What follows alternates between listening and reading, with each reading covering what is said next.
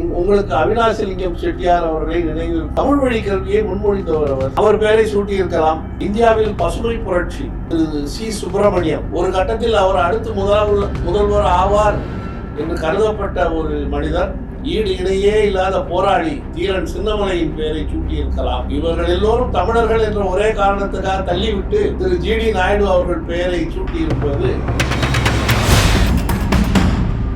அவருடைய அருங்காட்சியகம் ஒன்று அங்கே இருக்கிறது. அதை சென்று பார்த்தால் இவரை பற்றி தெரிந்து கொள்ளலாம் என்று. இவரது கண்டுபிடிப்புகள் அங்கே ஒன்று கூட இல்லை. பழைய கார்கள், திரைப்பட கருவிகள், பழைய ஏற்கனவே பயன்பாட்டில் இருந்த பொருட்கள் அங்கே காட்சிக்கு வைக்கப்பட்டிருக்கின்றன. அதில் இவருடைய திறமை என்பது இவர் சேகரித்தவர் என்பதுதான், கண்டுபிடித்தவர் அல்ல.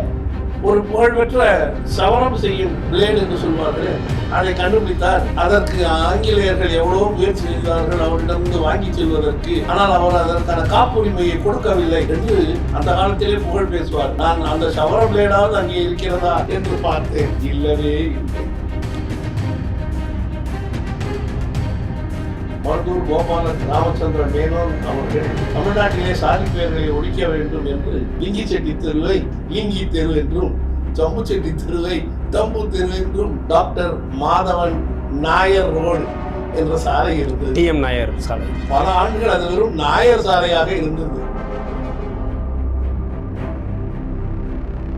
நம்ம நிறைய விட்டு கொடுத்து ஒரு பெரிய கர்நாடகாவை உருவாக்கி அவன் இன்னைக்கு இவ்வளவு நாள் தூங்கிட்டு இருந்தவன் இப்ப தமிழர்களை பார்த்து இனிமே எல்லாரும் கன்னடத்துல பேசணும், எங்கெங்க ஹிந்தியில எழுதியிருக்கோ அதை அழிக்க ஆரம்பிச்சு. ஆந்திரால பாத்தீங்கன்னா மார்வாடியே வெளியே அவனுக்கு தெரிய ஆரம்பிச்சு. கேரளாவில் அது விரைவில் பற்றிக்கொள்ளும்.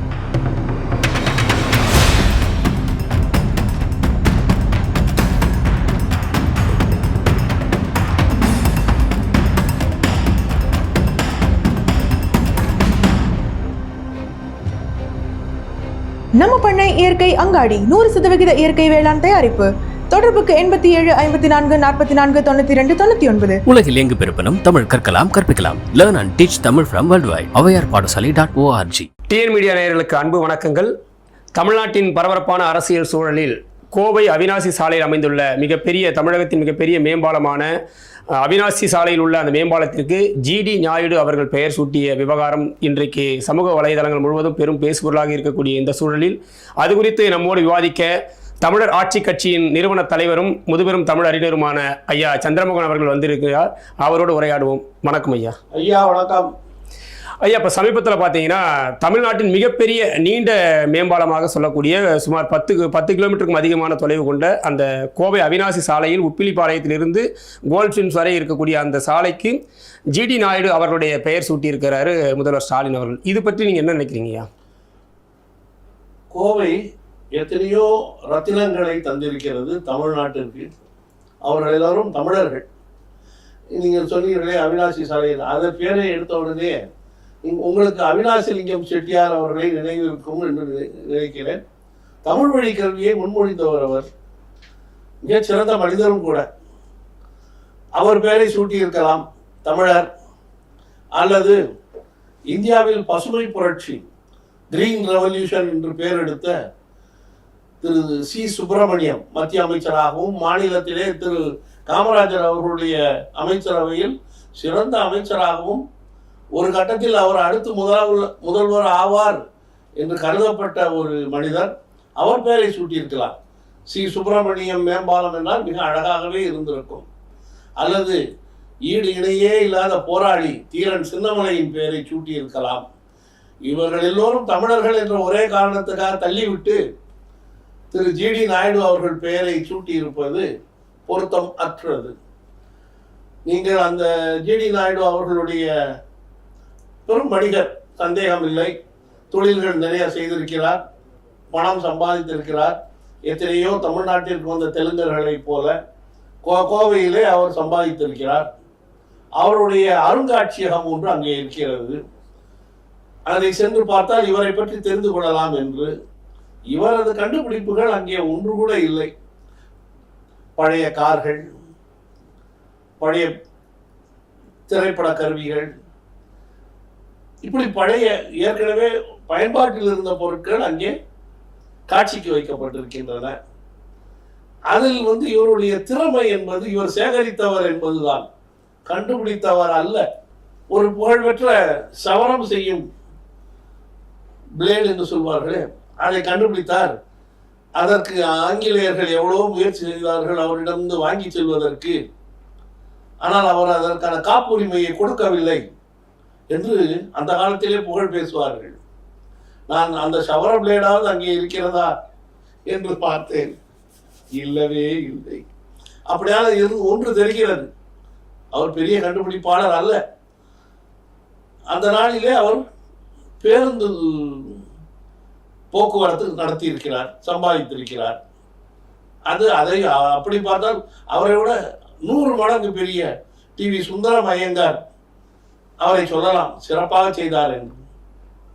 அப்படியும் இல்லை.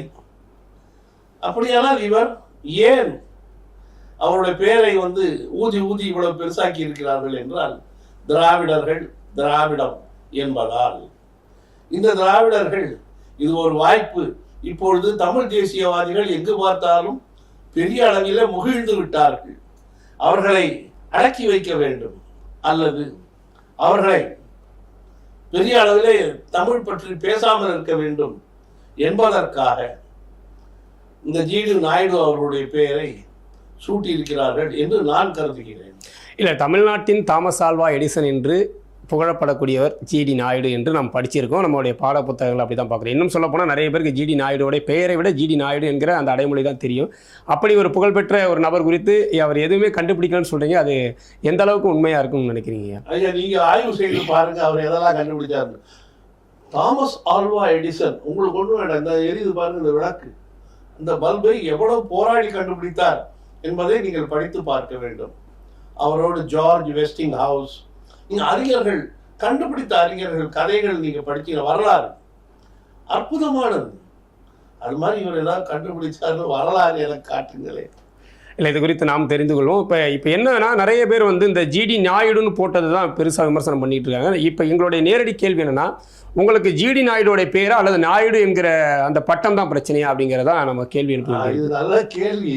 எனக்கு தெரிஞ்ச 1984 இருக்குமோ 82 இருக்குமோ, மறந்துவிட்டு 82 இருக்கும். அன்றைய முதலமைச்சராக இருந்த திரு மருதூர் கோபால ராமச்சந்திர மேனோன் அவர்கள், மேனோன் என்று ஏன் குறிப்பாக சொல்கிறேன்னா, நீங்கள் நாயுடு என்ற பேட்டியில் கேட்டதுனால், அவர்கள் தன்னுடைய சட்டமன்றத்திலே தமிழ்நாட்டிலே சாதி பெயர்களை ஒழிக்க வேண்டும் என்று மிக அருமையான ஒரு சட்டம் கொண்டு வந்து லிங்கி செட்டி தெருவை லிங்கி தெரு என்றும், சம்பு செட்டி தெருவை தம்பு தெரு என்றும் மாற்றிய பேரறிஞர் அவர். அப்பொழுது இங்கே அருகே டாக்டர் மாதவன் நாயர் ரோடு என்ற சாலை இருந்தது. டிஎம் நாயர் சாலை. டிஎம்ஐ எடுத்துவிட்டு பல ஆண்டுகள் அது வெறும் நாயர் சாலையாக இருந்தது. எம்ஜிஆர் அப்படிப்பட்டவர், அழுத்தம் திருத்தமாக எதையும் செய்ய தெரியாத ஒரு மனிதர். திரு மு கருணாநிதி அப்படி அல்ல, சிந்தித்து செயல்படுவார். அவர் மகனும் அதுபோல் சிந்தித்து சாதி பெயரை சூட்டி, இந்த தமிழ்நாடு என்பது தமிழர்களுடைய நாடல்ல, இது திராவிட நாடு. இங்கே நாங்கள் மிகச் சிறுபான்மையாக இருந்தாலும் ஆட்சி 65 ஆண்டுகளாக எங்கள் கையிலே இருக்கிறது, இன்னமும் இருக்கும் என்ற முத்திரையை பதித்திருக்கிறார்.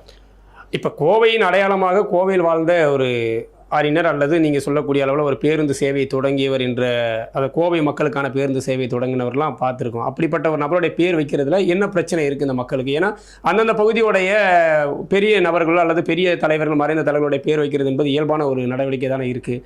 இதுக்கான இந்த எதிர்வினை எப்படி நம்ம பார்க்க வேண்டியிருக்குங்கய்யா? இல்லையா, நாங்கள் வைங்கன்னு சொல்கிறோம், வைக்க வேண்டாம்னு சொல்லலாம். எங்கள் கட்சியிலே நாங்கள் ஒரு கொள்கையை வைத்திருக்கிறோம்.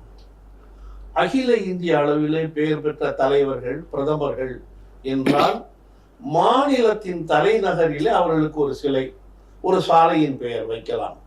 உதாரணமாக சர்தார் வல்லபாய் பட்டேல், இந்திரா காந்தி, ஜவஹர்லால் நேரு போன்றோர். ஆனால் மாநிலத்திலே பெயர் பெற்றவர்கள் என்றால் பிறந்த ஊரிலே ஒரு பெயர் சிலை, அந்த தாலுகாவிலே ஒரு சிலை, அந்த மாவட்டத்தின் தலைநகரிலே ஒரு சிலை. அத்தோடு சரி, அவர்கள் முதலமைச்சர்களாக இருந்திருந்தால் மாநிலத்தின் தலைநகரிலே ஒரு சிலை. இப்படி ஒரு 4 சிலைகளோடு முடிந்துவிடும். நீங்கள் உவமைக்கு சொல்ல வேண்டுமானால் எங்கு பார்த்தாலும் மகாத்மா காந்தியின் சிலை. அன்று அவர் புனிதராக கருதப்பட்டார், இன்று இல்லை போல் தோன்றுகிறது. வரும் செய்திகள் அப்படி. அடுத்ததாக பாபா ராவ் சாஹேப் அம்பேத்கர். இல்லாத கிராமம் இல்லை, இல்லாத தெரு இல்லை, இந்த அளவுக்கு தேவையும் இல்லை. அவரை பற்றி படித்தால் அவருக்கு பின்னால் உள்ள கதை வேறு கதையாக இருக்கிறது. அவரது மனைவி ஒரு பிராமணர் என்பதை நீங்கள் அறிவீர்கள் என்று கருதுகிறேன். அந்த அம்மையாரை வைத்துத்தான் இவரை அடக்கினார்கள் என்று ஒரு வரலாறு படித்தேன். ஆக தமிழ்நாட்டிலே தமிழ் தலைவர்கள் என்றால் இந்த சிலை கோட்பாடையும், இப்போ பெரியார் ராமசாமி நாயக்கர் அல்ல, அவருக்கு தடுக்கி விழுந்தால் ஒரு சிலை மேல் விழ வேண்டி இருக்கிறது. அவர் பிறப்பால் தெலுங்கர், அவர் பிறந்த ஊர் ஈரோட்டிலே ஒரு சிலை வைக்கலாம், அடுத்ததாக மெட்ராஸ்ல ஒரு சிலை வைக்கலாம். அதை விட்டுட்டு எங்க பார்த்தாலும் அவர் சிலைனா மொத்த தமிழ்நாட்டுக்கும் அறிவு களஞ்சியமே அவர் தாங்கிற மாதிரி ஆக்கியது தவறு. இல்லை, இதற்கு எதிராக மக்கள்கிட்ட இருந்து பெருசாக எதிர்வினை வந்த மாதிரி தெரியல. இந்த நம்ம தமிழர் பேசக்கூடிய அமைப்புகள் மட்டுமே தொடர்ச்சியாக, இப்போ நீங்கள் ராமசாமி ஏவியராவை குறித்து பேசுனீங்க, இன்னும் பல்வேறு தலைவர்கள் குறித்து பேசும்போது அந்த சிலைகள் எல்லாம் அந்த மக்களே வரவேற்கிறாங்க இல்லைங்களா? அவங்களுடைய பகுதியில் வைக்கக்கூடிய சிலைகளுக்கு இது வரைக்கும் மக்கள் எதிர்ப்பு தெரிவித்த மாதிரி தெரியும். எங்களுக்கு குடிப்பதற்கே நேரம் போதவில்லை, இந்த மாதிரி கருத்துக்கள் சொல்வதற்கு எங்களுக்கு நேரம் இல்லை, எதிர்த்து நிற்பதற்கும் நேரம் இல்லை. அப்படியே எதிர்த்து நிற்கும் 4 தமிழர்கள் மாலைக்குள்ளே சிறைக்கு போய் விடுகிறார்கள். இதற்கெல்லாம் என்னங்க ஐயா முடிவு நீங்க சொல்ல வரீங்க? நீங்க என்ன இதுக்கான ஒரு மாற்று வழித்திட்டம் என்ன வச்சிருக்கீங்க? எங்களுடைய இந்த கருத்துக்கு, இந்த கேள்விக்கு பதில் 1952 மாகாணங்களை பிரிக்க வேண்டும் என்ற பிரச்சனை வந்தது. 56 நாம் பிரித்தும் கொடுத்தோம். உண்மையிலே மைசூர் என்பதுதான் கர்நாடகத்தோடு மாநிலமாக இருந்தது. அவர்களுக்கு விட்டு கொடுத்தார்கள் என்பதுதான் உண்மை. மராட்டியர்கள் விட்டு கொடுத்தார்கள், தமிழர்கள் பெருவாரியாக விட்டு கொடுத்தார்கள். கேரளாவில் காசர்கோடு அந்த பக்கம் பார்த்தீங்கன்னா இப்படி நம்ம நிறைய விட்டு கொடுத்து ஒரு பெரிய கர்நாடகாவை உருவாக்கிட்டோம். அவன் இன்னைக்கு இவ்வளவு நாள் தூங்கிக்கிட்டு இருந்தவன் இப்ப தமிழர்களை பார்த்து இனிமே எல்லாரும் கன்னடத்துல பேசணும், அவன் தாரட பார்த்து தூக்கிட்டு அலையிறான். எங்கெங்க ஹிந்தியில் எழுதியிருக்கோ அதை அழிக்க ஆரம்பிச்சிட்டான். அதே மாதிரி ஆந்திராவில் பார்த்தீங்கன்னா மார்வாடியே வெளியேறு, அவனுக்கு தெரிய ஆரம்பிச்சிருச்சு நம்முடைய மொழி நம்முடைய இதெல்லாம் அடிமைப்பட ஆரம்பிக்குதுன்னு. கேரளாவில் அது வெகு விரைவில் பற்றி கொள்ளும். சரியா? இப்போ நாம இவர்களை பெருவாரியாக விட்டதனால தமிழுக்கு என்ன பெரிய அழிவு அப்படின்னு சொன்னா, ஐயா என்பது ஆ போட்டு யா போட்டு புள்ளி வச்சு யா, ஆனால் ஐயாவை அப்படி எழுத மாட்டார்கள், ஐயன்னா. அந்த ஐயனாவே காணாம போயிடுச்சே, ஒன்னொன்னா காணாம போய்கிட்டு இருக்கு. அப்போ இதுக்கு நாம எப்படி தடுக்கிறது அப்படின்னா, அந்த 52 என்றைக்கு மொழி வழி மாகாணமாக பிரிப்பது என்று முடிவெடுத்து தமிழ்நாட்டிலிருந்து 1956 பிரித்து கொடுத்தோமோ அன்றைக்கே இது தமிழ்நாடு, தமிழன் ஆழ்வது என்பதுதான் நியாயம். அதுவே குறுக்கு சால் ஓட்டி ஐயா சீபா ஆதித்தனார் முதலமைச்சராக வந்திருக்க வேண்டிய ஒரு தேர்தலிலே அவரை புறந்தள்ளி விட்டு, அதை ஸ்ரீ பிரகாசா என்ற உத்தரப்பிரதேச பிராமணர் ஆளுநராக இருந்தார், புறந்தள்ளி விட்டு ராஜகோபாலாச்சாரியை கொண்டு அமர்த்தி அவர் குதிரை பேரம் என்று சொல்வார்கள், சட்டமன்ற உறுப்பினர்களை விலைக்கு வாங்கி ஆட்சி அமைத்தார். உண்டா இல்லையா? அப்படி ஆட்சி அமைத்த போது அதிலே அவர் குலக்கல்வி திட்டம் என்று ஒரு மட்டமான திட்டத்தை கொண்டு அவர் போக வேண்டியது வந்தது. அதற்கப்புறம் தான் இவ்வளவுக்கும் ராஜகோபாலாச்சாரியார் தமிழர் அல்ல, தெலுங்கு ஐயங்கார். அவருக்கு அடுத்தாற் போல் வந்த காமராஜர் தான் முதல் தமிழர். அதற்கு அடுத்தாற் போல் வந்த திரு பக்தவச்சலம் அவர்கள் தான் முதலியார் அவர்கள் இரண்டாவது தமிழர். அதற்கு பின் உங்களுக்கு தெரியும் உலக புகழ் பெற்ற ஓ பன்னீர்செல்வம் ஐயா வந்தார்கள். அதற்கப்புறம் அருமையான ஒரு ஆட்சியை தந்த எடப்பாடி பழனிசாமி வந்தார்கள். இப்படி 4 பேர். எத்தனை நீண்ட நெடிய வரலாறு! 1952 ஆரம்பித்து இன்றைக்கு வரைக்கும் பார்த்தீர்களே, ஆனால் அத்துணை ஆண்டுகளும் தமிழ் அல்லாதவர்கள் தான் ஆண்டார்கள். இதில் இடைச்சூறுகளாக ஐயா எம்ஜிஆர் அவர்களுடைய மனைவி, அவர் தமிழர் அல்ல, மங்களூரை சேர்ந்த ஒரு ஜானகி ராமச்சந்திரன். ஜானகி ராமச்சந்திரன் அவரும் ஆண்டு விட்டு போனார். இது என்ன? இது நீங்கள் கேரளாவை பார்த்தீர்களே அத்தனை பேரும் மலையாளிகள் ஆட்சி செய்பவர்கள். கர்நாடகாவை பார்த்தீர்களே ஆனால் அத்தனை பேரும் கன்னடத்தவர்கள். ஆந்திராவை கேட்கவே வேண்டாம், அங்கே ஆந்திரக்காரனை தவிர வேறு எவனும் ஆட்சி செய்ய முடியாது. அப்படியானால் நாங்கள் மட்டும் இழித்த வாயர்களா என்று கேள்வி கேட்க ஆரம்பித்தவுடன் நீங்கள் கேள்வி கேட்க ஆரம்பித்து விட்டீர்கள். நீங்கள் சொல்வது போல் பார்த்தீங்கன்னா இப்போ தமிழ்நாட்டில் தமிழர் எல்லாரும் ஆட்சி நடந்துகிட்டு இருக்கு அப்படிங்கிறது நம்ம ஒரு பக்கம் பார்த்தாலும் அவர்களே ஆட்சிக்கு அமர்த்துவது இந்த தமிழ்நாட்டை சேர்ந்த மக்களாக தானே இருக்காங்க. இப்போ நீங்கள் வந்து ஒவ்வொரு தேர்தலையும் மக்கள் வாக்கு செலுத்தி தான் ஒவ்வொருத்தரும் வெற்றி பெற முடியுது. இவர்கள் இந்த சமூகத்தினர், இவர்கள் இந்த இனத்தவர்கள் என்பது பெரும்பாலும் எல்லாருக்குமே தெரியும். இவர் நாயுடு, இவர் வந்து ரெட்டியார், இவர் செட்டியார் எல்லாமே தெரிஞ்சுமே இந்த மக்கள் தான் அவங்களுக்கு ஓட்டு போட்டு தேர்வு செய்கிறாங்க. நீங்கள் சொல்லக்கூடிய இன்னைக்கு எடப்பாடி பழனிசாமி சொல்கிறீங்க, ஓ பன்னீர்செல்வம் சொல்கிறீங்க, இவர்கள் இருவருமே ஜெயலலிதா என்கிற ஒரு கன்னட தலைமை ஏற்றுக்கொண்டவர்கள், எம்ஜிஆர் என்கிற மலையாளி தலைமை ஏற்றுக்கொண்டாங்க. இது எப்படிங்க நம்ம பார்க்க முடியும்? அதாவது எம்ஜிஆர் மட்டும்தான் மலையாளி, கூட 1-2 உதிரி மலையாளிகள் இருந்தார்கள். ஆனா பின்னணியில இருந்து இயக்கிய கூட்டம் பார்த்தீங்கன்னா பூரா வந்து தூய தமிழர்கள். நீங்க வந்து திருநாவுக்கரசு, நிறைய பேர், அரங்கநாயகம், இப்படி கணக்கெடுத்தா நிறைய தமிழர்கள். வேறு வரை பார்த்தீங்கன்னா தமிழர்கள். அவங்களுடைய ஒரு உறுதுணையினால தான் எம்ஜிஆர் முதலமைச்சராக அமர முடிஞ்சது. நீங்கள் அப்படி பார்த்தீங்கன்னா அவர் எம்ஜிஆர் முதலமைச்சர் ஆகி அடுத்து பாராளுமன்ற தேர்தல் வந்தபோது மொத்தத்தை இழந்தார். அவர் 2 சீட்டு தான். கருணாநிதி அவர்கள் கூட சொன்னார், ரெட்டையறைக்கு 2 தான் அப்படின்னு. அப்போ அதுலேருந்து என்ன தெரிஞ்சு, மக்கள் வேண்டான்னு முடிவு போட்டாங்கன்னா வேண்டாம், தூக்கி போட்டாங்க. அப்போது இந்த திராவிட முன்னேற்ற கழகமாக இருக்கட்டும், அண்ணா திராவிட முன்னேற்ற கழகமாக இருக்கட்டும், பெருவாரியான கட்சி தொண்டர்கள், மக்கள் எல்லாருமே தமிழர்கள் தான். நீங்கள் தமிழ்நாட்டின் மக்கள் தொகை இன்று கணக்கு, அரசாங்க கணக்கு, 87 விழுக்காடு தமிழ்நாட்டில் தமிழர்கள். அந்த மீதி 13 விழுக்காடில் வெறும் 7 விழுக்காடு தான் தெலுங்கர்கள். அப்புறம் மீதி சௌராஷ்டிரா, தஞ்சை மராட்டியர்கள், அப்புறம் மார்வாடி, குஜராத்தி, இன்ன பிற. ஆக பெரும்பான்மையான நாம் இவ்வளவு நாளும் திரு கருணாநிதி அவர்கள் எழுதிய அருமையான வசனங்களால், நீங்கள் அந்த பழைய திரைப்படங்களை பார்க்க வேண்டும். அதில் அவர் எழுதின வசனங்களால் சொக்கி போன தமிழர்கள் தான் அண்ணாதுரையையே தாக்கி பிடித்தார்கள் என்று சொன்னால் அதுதான் உண்மை. அதை பேசிய எம்ஜிஆரை தாங்கி பிடித்தார்கள் என்பதும் உண்மை. எம்ஜிஆர் வந்து வெறும் வாழ்ச்சண்டையில் மேலே வரல.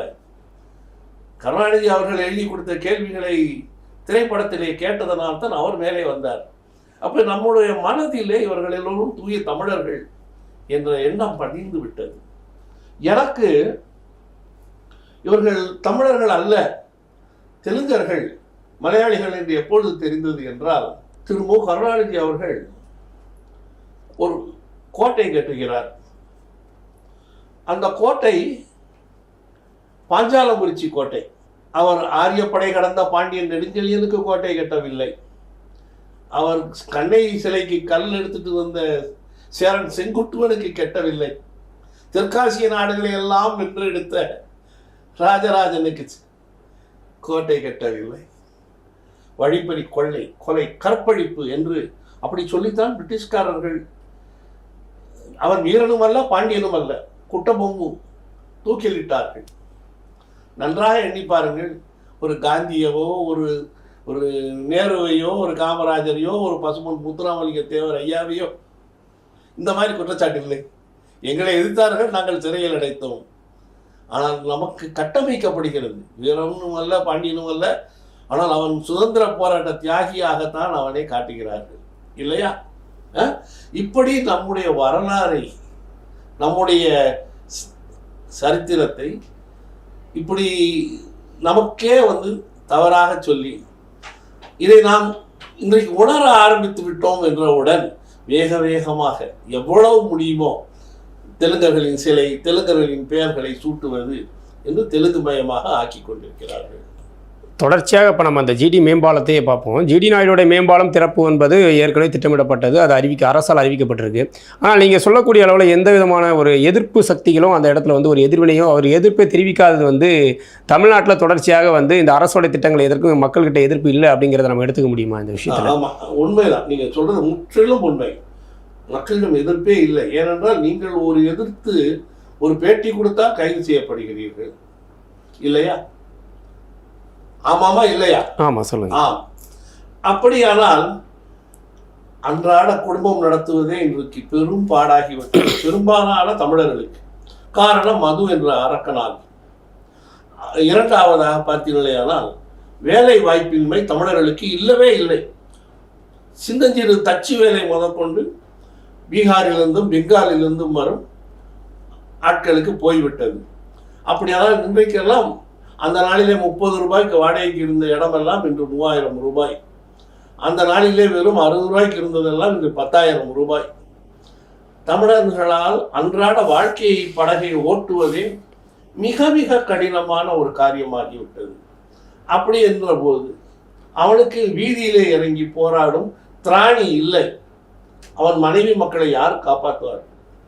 ஆகவேதான் எல்லா மக்களும் இவன் ஆடும் வரை ஆடட்டும், தேர்தல் வருகிறது அன்று காட்டுகிறோம் என்று அமைதி காக்கிறார்கள். இல்லை, பொதுவாகவே பார்த்தீங்கன்னா தமிழ்நாட்டில் தமிழ் தலைவர்களுடைய பேர் வைக்கும்போது வந்து பார்த்தீங்கன்னா இன்னொரு சமூகம், இப்போ குறிப்பாக நீங்கள் மதுரை விமான நிலைய பேர் சூட்டு பிரச்சனையை பார்க்கலாம். அதில் வந்து ஒரு தரப்பு முத்துராமலிங்க ஐயாவுடைய பேரை வைக்க சொல்லும்போது இன்னொரு தரப்பு இமானுவேல் சேகரன் பேர் வைக்கணும்னு சொல்லுவோம். ரெண்டு தரப்புக்குள்ளேயும் ஒரு சின்ன எதிர்ப்பினையாவது இருந்துகிட்டே இருக்கும். குறைஞ்சபட்சம் ஒரு போஸ்டர் மூலமாவது எதிர்ப்பு தெரிவிச்சிருக்காங்க. ஆனால் மற்ற இனத்தை சார்ந்தவர்களுடைய பேர் சூட்டும் போது இது போன்ற எந்த விதமான ஒரு எதிர்ப்பையும் இங்கே இருக்கக்கூடிய தமிழ் அமைப்புகள் கூட எழுப்பின மாதிரி தெரியல. அதை எப்படி பார்க்குறீங்க நீங்கள்? நீங்கள் வந்து சுவரொட்டி ஒட்டியதில்லை என்று நான் நினைக்கிறேன். தமிழர்கள் இந்த மாதிரி எதிர்ப்பு சுவரொட்டிகள் ஒட்டப்பட்டால், தமிழர்களால் ஒட்டப்பட்டால் இரவே அப்புறப்படுத்தப்படுகிறது. அது யாரால் என்பது உங்களுக்கே தெரியும். இது மூலம் தமிழ் சமூகங்களுக்குள்ளே ஒற்றுமையில நம்ம எடுத்துக்கலாங்களா? இந்த இந்த இந்த அடக்குமுறை நம்ம எதிர்கொள்றதுக்கு பயப்படுறதுக்கு காரணம் இந்த ஒற்றுமை இல்லாத ஒரு காரணம் நம்ம எடுத்துக்கலாங்களா? ஒற்றுமை இல்லை என்று சொன்னால் அது தவறு. காரணம் வந்து நாங்கள் எப்படி மலையாளிகளோடு அன்போடு பழகுகிறோமோ, எப்படி கன்னடத்தவர்களோடு அன்போடு பழகுகிறோமோ, எப்படி தெலுங்கர்களோடு அன்போடு கலந்து இங்கு வாடுகிறோமோ, அதே போல் தான் நாங்கள் முதலியார்கள், செட்டியார்கள், தேவர்கள், நாடார்கள் எல்லாரோடையும் அன்போடு சேர்ந்து பழகி கொண்டிருக்கிறோம். கோளாறு என்ன அப்படின்னு பார்த்தீங்கன்னா, காமராஜர் வந்தார், பெருசாக ஆட்சி செஞ்சார். ஆனால் அவர் வந்து காங்கிரஸ் கட்சியின் தலைவராக வந்து ஆட்சி செய்தார். காமராஜர் ஆட்சி, காங்கிரஸ் ஆட்சின்னு யாரும் சொல்றது இல்லை. அவர் தமிழ் தேசியத்திற்கு எதுவுமே செய்யவில்லை. ஆனால் அவர்களுடைய ஆட்சியில் தான் தமிழ் வழி கல்வி முழுமையாக இருந்தது. தமிழ் ஆட்சி மொழி சட்டம் வந்தது. அருமை. என்னுடைய மனைவியெல்லாம் சொல்கிறேன், அதை படித்ததுனால தான் நான் அறிவாளியாக இருக்கேன். நான் கான்வென்ட்டில் படித்த அறிவு இல்லை எனக்கு. ஆனால் அவர்கள் யாருமே தமிழ் தேசியத்தின் தலைவர்களாக அடையாளம் காணப்படவில்லை. அவருக்கு அடுத்து வந்த பக்தவச்சலம் இந்திய எதிர்ப்பு போராட்டத்தில் தமிழ் மாணவர்களை சுட்டு தள்ளினதாக தான் அவருக்கு பேர். பன்னீர்செல்வத்துக்கு நம்ம கணக்கிலே சேர்க்க வேண்டாம். எடப்பாடி பழனிசாமி ஒருவேளை இருந்திருந்தால் விவசாயிகளுக்கு நல்லது செஞ்சிருப்பார். தமிழர்களுக்கு செஞ்சு தமிழ் தேசிய தலைவர் ஆயிருப்பாரா தெரியாது. ஆனால் புரட்சி தமிழர் என்று இப்பொழுது எல்லாரும் அவரை பாராட்டுகிறார்கள், சீராட்டுகிறார்கள். தமிழ் தேசியத்திற்கென்று ஒரு தலைவர் வராதுதான் இந்த பல்வேறு சாதிக்காரர்களை ஒன்று சேர்க்க முடியாமல் போனது. ஐயா திரு சீமான் அவர்கள் இப்பொழுது ஒரு கட்சியை கட்டமைத்து மேலே கொண்டு வந்து விட்டார். திரு சீமான் அவர்கள் பார்த்தீங்கன்னா தன்னுடைய சாதியை எங்கேயும் சொல்வதில்லை, சாதி ரீதியாக யாரையும் பார்க்கவும் விடுவதில்லை. ஏனென்றால் தமிழர்களின் பொது தலைவன் என்ற நல்ல ஒரு எண்ணத்தோடு நகர்வுகளை நகர்த்தி கொண்டிருக்கிறார். ஆனால் அவருடைய கட்சியில் உள்ள அவருடைய நிர்வாக சிக்கல்கள் அவரை மேலே எழுந்து வராதபடிக்கு தடுத்து கொண்டிருக்கிறது. அதுதான் உண்மை. இதை விட அடுத்து ஒரு தமிழ் தேசிய தலைவன் வந்தால்தான் அத்துணை தமிழ் சாதிகளையும் ஒன்றாக்கி, அப்படி ஒன்றானால் அது விபரீதத்தில் போய் முடியும். காரணம், தமிழர் தமிழ்நாடு என்ற கோட்பாடே இந்தியத்திற்கு எதிரானது. அப்படி இந்தியர்கள் எதிர்பார்க்கிறார்கள். ஏனென்றால் மூலமொழி தமிழ் தான் உலகத்தின் மொழி. இதை அழித்தால்தான் சமஸ்கிருதம் அல்லது ஹிந்தி மேலே வர முடியும். ஆகவே அவர்கள் ஒரு தமிழ் தேசிய தலைவர், நீங்கள் பழ நெடுமாறனை விடவா அருமையான தமிழ் தேசிய தலைவரை பார்த்திருக்க முடியும், அவரையே அழித்து விட்டார்கள். அது மாதிரி தேசிய தலைவர் வந்தால் எல்லா தமிழ் சாதிகளும் ஒன்றாகி தமிழ்நாட்டை சிறப்பாக ஆள முடியும். இவ்வளவு நேரம் உங்களுடைய நேரத்தை எங்களுக்கு ஒதுக்கி பல்வேறு அரசியல் காரணிகளை விளக்கி கொண்டிருந்தமைக்காக நன்றிங்க ஐயா. நன்றி ஐயா. நேயர்களை மீண்டும் அடுத்த ஆளுமையோடு உரையாடும் வரை காத்திருப்போம். நன்றி, வணக்கம்.